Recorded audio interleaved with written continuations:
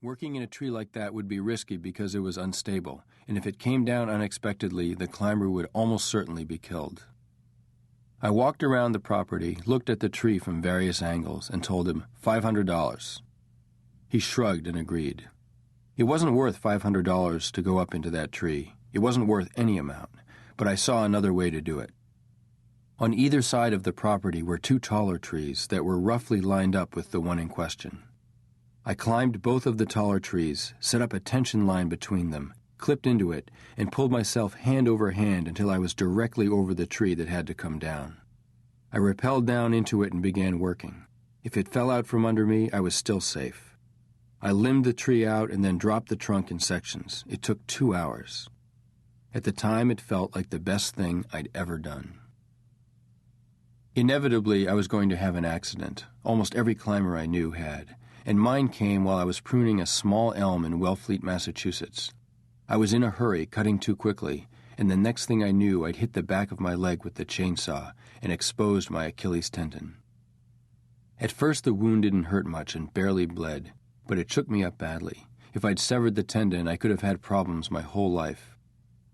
The accident was sloppy and unfortunate, but it made me realize that I didn't want to be a climber and struggling writer forever.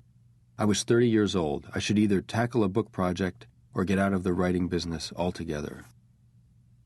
The idea for a book came to me gradually while I was recovering from my injury. What about a book on dangerous jobs? Logging, commercial fishing, drilling for oil. They all were jobs that society depended on, and they were vastly more dangerous than the sorts of adventure sports that were becoming so fascinating to the public. 6 months later, with no magazine assignment and certainly no book contract, but with a huge measure of last-ditch determination, I flew to California, rented a car, and drove to Boise, Idaho. One hot day in late July, 1992, I presented myself at the Smoke Jumper Loft adjacent to the Boise airport and explained my intention to write about wildfire. The next day, to my amazement, I was in a government helicopter looking down at the Flicker Creek fire. The result was a long piece on forest firefighting that I envisioned as the first chapter in my book on dangerous jobs. Parts of it were published as a magazine article, but the rest sat in a drawer while I went on to tackle other projects. The next topic was commercial fishing and focused on a Gloucester sword fishing boat named the Andrea Gail that was lost with all hands during a huge storm in 1991. That chapter took on a life of its own and eventually became The Perfect Storm. Finally, I wanted to write about war reporters, a topic that had an added appeal because I could always try to do that if my book writing career didn't work out. In July 1993, I flew to Vienna, Austria, and walked into the Associated Press office and asked if they needed any help in Bosnia. The answer was no. I went anyway. 2 weeks later, I was in Sarajevo, in the middle of the Civil War. I think it's fair to say that I had absolutely no idea what I was doing. I learned quickly, though. I started doing a little freelance radio reporting. I wrote a couple of newspaper articles. I watched and tried to emulate the other journalists. Half of them were as inexperienced as I was. For the most part, our credentials simply stemmed from the fact that we were there. But we all had one thing in common. We were absolutely mesmerized by what was going on around us. None of the journalists whom I knew wanted to leave the war, ever. None of them felt that it was anything less than the most important event in their lives. I still don't fully understand why that may be. What is this fascination that roots firefighters in their tracks while 300-foot flames twist out of a stand of spruce? Why do journalists, I've done this myself, crawl up to front lines even though there's almost no information of any journalistic value there? It's tempting to draw some dreadful conclusion about the inherent voyeurism of humans, but I think that would be missing the point. People are drawn to those situations out of an utterly amoral sense of awe that has nothing to do with their understanding of the larger tragedy. Awe is one of those human traits, like love or hate or fear, that overpowers almost everything else we believe in, at least for a little while. Some people experience awe when they are in the presence of what they understand to be God. Others experience it during a hurricane or a rocket attack.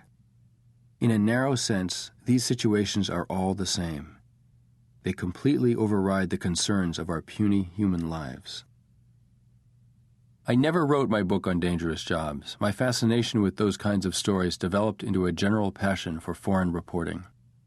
The stories in this book all deal, in one way or another, with people confronting situations that could easily destroy them.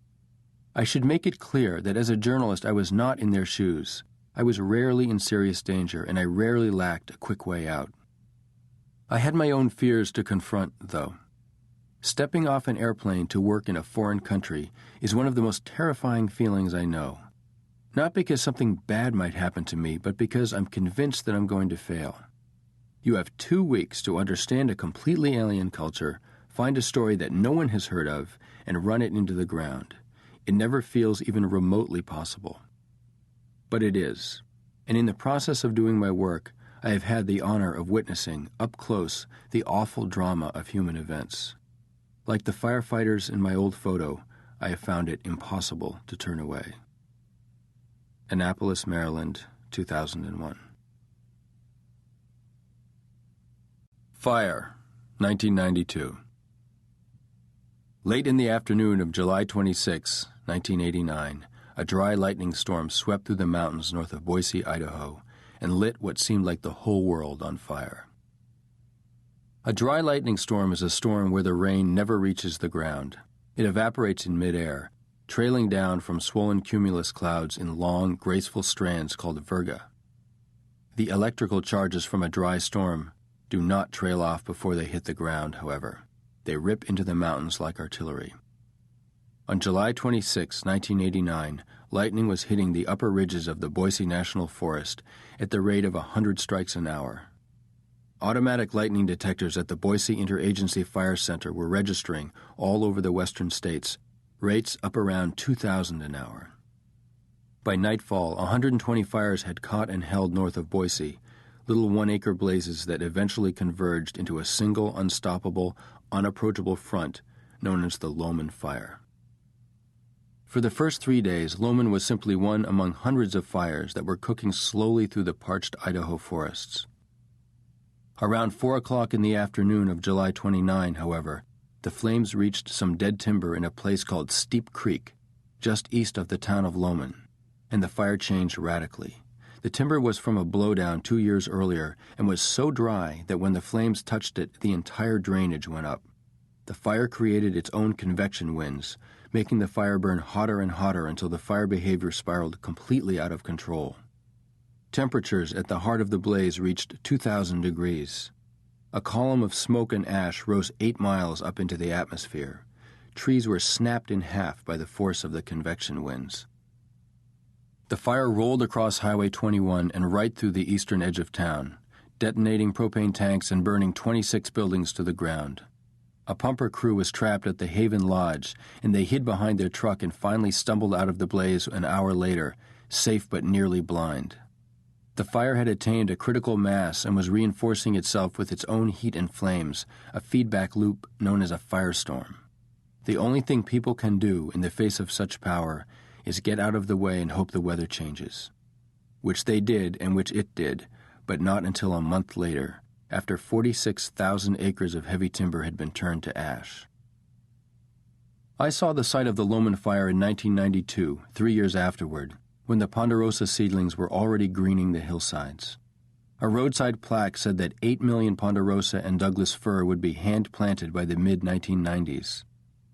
The plaque went on to describe how the land had been treated with enzymes so that water and microorganisms could penetrate soil that was now seared to the consistency of hard plastic.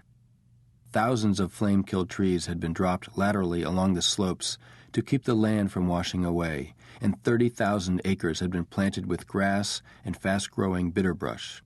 In 100 years, more or less, the area would again look the way it once had. I was driving a big, painfully beautiful loop from Ketchum, Idaho, around the Sawtooth Mountains and down the South Fork of the Payette River towards Boise. It was late afternoon when I drove through the Loman Burn, and the quiet darkness of the dead valleys depressed me. The West was well into one of the worst droughts of the century, and I was out there to see the wildfires that it was sure to produce. My idea was to go to Boise, where all the firefighting resources were coordinated, tell them I was a writer, and hope they let me on a fire. I pulled off down an old logging road and pitched my tent in a clear cut.